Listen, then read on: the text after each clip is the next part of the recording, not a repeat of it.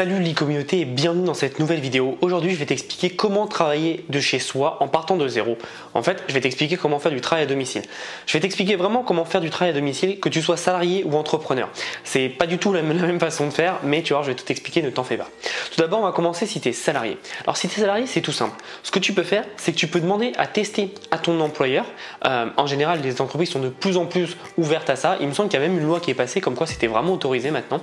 Mais regarde vraiment ce qui est possible dans ton convention collective, dans ton entreprise, et si c'est la culture de l'entreprise aussi. En général ça ne se sera pas, mais essaye de demander par exemple une demi-journée ou une journée de test pour voir. Évidemment tu précises que ce n'est pas des vacances, tu vas vraiment travailler, sauf que tu vas travailler à domicile. Ce qui va se passer c'est que pendant cette journée de test tu donnes tout ce que tu as, vraiment tu vas donner tout ce que tu as, tout simplement parce que ça va te permettre de montrer et de faire tes preuves. Ce qui va se passer en général, moi c'est ce qui s'est passé quand je l'ai fait, c'est que j'ai été beaucoup plus productif. En gros en une journée de travail chez moi je faisais 3 jours de travail à la maison.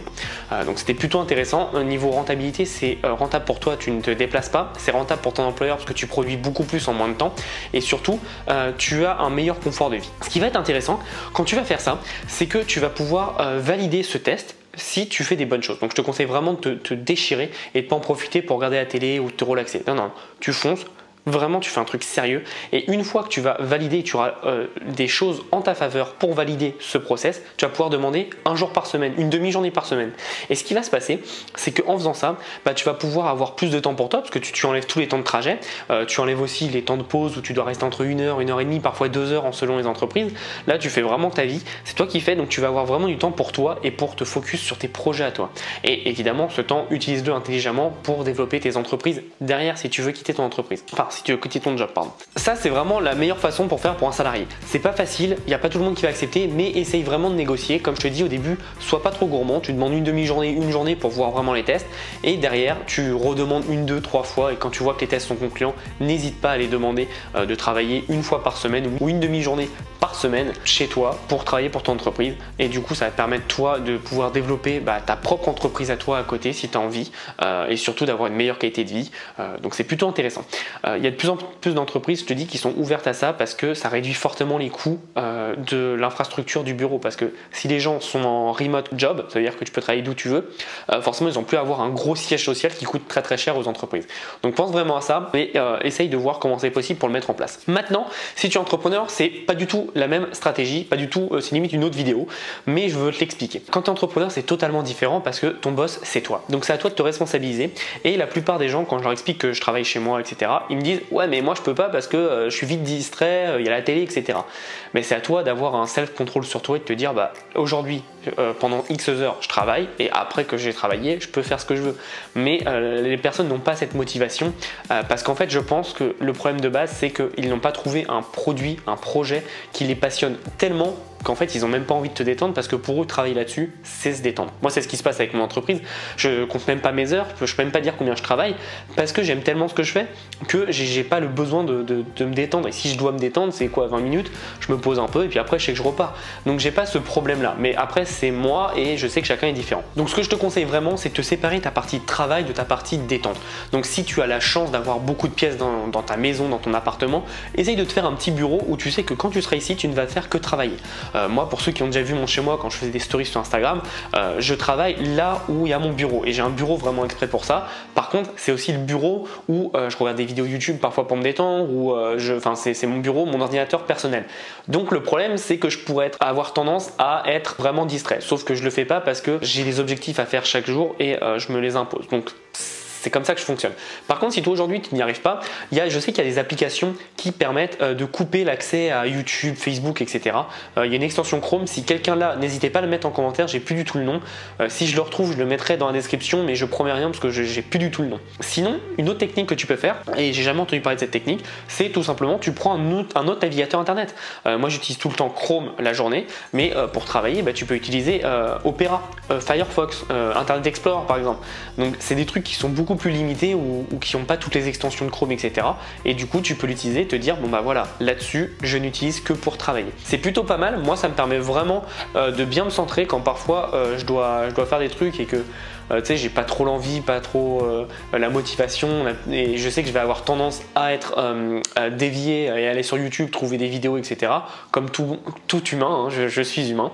Je prends un autre navigateur du coup et je me focus à fond là-dedans et je sais que rien me perturbera parce que j'ai pas toutes mes habitudes que j'ai sur les autres navigateurs. Comme je te disais en préambule, vraiment fixe-toi des horaires. Dis-toi, aujourd'hui je travaille de telle heure à telle heure. Limite, ce que tu peux faire, c'est mets-toi dans la tête que tu vas travailler moins. Par exemple, tu dis je travaille de 9h à 15h par exemple, mais encore une fois, vaut mieux travailler de 9h à 15h à fond que de faire comme dans un bureau où tu travailles de 8h30 à 17h, 17h30, mais tu es tout le temps déconcentré, tout le temps interrompu. Tu vois, le nombre d'heures total ne veut rien dire. C'est qu'est-ce que tu as accompli dans ces heures. Donc fixe-toi des petites horaires de travail et puis tu vas voir qu'en fait, moi c'est ce que ça me fait, c'est que plus je produis, plus j'accomplis des choses, en fait plus j'ai envie de travailler parce que j'ai de l'adrénaline qui vient ou de l'endorphine, je sais pas du tout, mais bref, je suis super content d'avoir mis en place des choses et donc du coup je travaille encore plus. Et donc du coup ça me permet d'être en avance sur mes projets et voilà, ça c'est moi comment je fonctionne encore une fois. C'est pour ça que je te dis, fixe-toi des horaires mais mets-toi à fond pendant ces horaires et derrière tu vas voir que tu vas vite avoir envie de te dire bon bah je vais peut-être en faire un peu plus comme ça, je sais qu'un jour où j'aurai moins envie, je pourrais me reposer un peu plus parce que je l'aurais fait en amont. Donc c'est ça qui est intéressant. Une chose qui a vraiment bien marché pour moi aussi, c'est de mettre de la musique. Alors pas de la musique genre que j'écoute de tous les jours, c'est de la musique calme, relaxation. C'est plutôt sympa. Si tu as Spotify, ils ont plein de playlists là-dessus. Ils ont une playlist qui s'appelle Au calme, travailler en musique. J'aime bien ces deux playlists parce qu'elles sont cool. C'est des petites musiques pas forcément connues mais qui permettent en fait de réfléchir à la musique. Et moi mon problème en fait c'est que quand je travaille j'ai tellement d'idées qui viennent de partout, je réfléchis trop que du coup avoir de la musique extérieure ça me permet de limiter ces réflexions et donc du coup ces distractions parce que mon problème c'est si je mets pas de musique, moi je pars vraiment dans tous les sens et parce que j'ai des idées partout et ça me distrait de ma tâche principale et c'est pas bien du tout. Donc c'est pour ça que moi j'ai trouvé cette solution de mettre de la musique, donc avec un casque ou alors moi j'ai mon enceinte Amazon Echo, c'est la petite enceinte avec l'intelligence artificielle qui me permet vraiment d'écouter de la musique et de me concentrer sur mes tâches importantes. Et enfin pour finir, je te conseille vivement de faire des to-do list, c'est très important et fais-les la veille. Donc dès que tu as fini ta journée de travail, tu te laisses un quart d'heure, tu fais ta to-do list pour le lendemain. Ce qui va se passer, c'est que tu vas savoir quoi faire, quand et comment. Et tu vas pas perdre le temps le matin à dire bon bah aujourd'hui qu'est-ce que je fais, etc. Et là tu auras déjà perdu 15-30 minutes. Tandis que si tu le fais la veille, le matin tu te lèves, fais boum, je sais ce que j'ai à faire, clac clac clac et t'y vas. Et en faisant ça, ça va vraiment te faire augmenter ta productivité. Moi au début quand on me disait ça, je disais ouais n'importe quoi, etc. Ça change rien. Et en fait si, ça change vraiment parce que le soir tu as le temps de te dire bon bah je pourrais faire ça demain, etc. Et du coup le lendemain quand tu arrives, tu es bien frais, t'as pas la tête dans le guidon à pas avoir passé à 15-30 minutes à réfléchir à ce que tu allais faire, tu sais ce que tu dois faire et donc tout ton focus, toute ta concentration, elle est concentrée vraiment sur tes tâches de la journée. Donc voilà, c'est mes astuces pour travailler chez soi, quand on est entrepreneur ou salarié. Quoi qu'il arrive, travailler chez soi, c'est très bien parce que tu as un confort de vie énorme. Tu n'as pas à prendre le RER, tu n'as pas à prendre les embouteillages, etc. etc. Mais ce qui est bien, c'est qu'il faut comprendre qu'il faut une certaine rigueur et il faut comprendre qu'il faut travailler. Il faut vraiment comprendre aussi que si tu es motivé par ton projet, tu travailleras de toi-même parce que en fait, tu as tellement envie de réussir. Tu vois, moi, c'est ce que j'ai au quotidien. J'ai cette flamme en moi qui fait que j'ai tellement envie de réussir que bah, je me dis pas ouais, mais là, je vais me regarder une série, etc. Fais ta bonne journée de travail et après détends-toi. Mais vraiment, pense à tes projets, pense à ce que tu vas accomplir. Et je me dis toujours un truc, c'est toutes les actions que je fais aujourd'hui, est-ce que le Thomas dans 2 mois, 3 mois, 1 an pourra me remercier? Si c'est oui, alors je me mets à fond. Et bah évidemment c'est oui, donc c'est pour ça que je me mets à fond. Donc c'est tout ce que j'avais à dire pour cette vidéo. Vraiment, mets tout ça en place, c'est très très important si tu veux aller plus loin, augmenter ta productivité, augmenter tes résultats. Comme je te dis à chaque vidéo, passe à l'action, mais fais-le vraiment. C'est très important parce que c'est pas juste une phrase comme ça. Je veux vraiment qu'elle soit pleine de sens pour toi.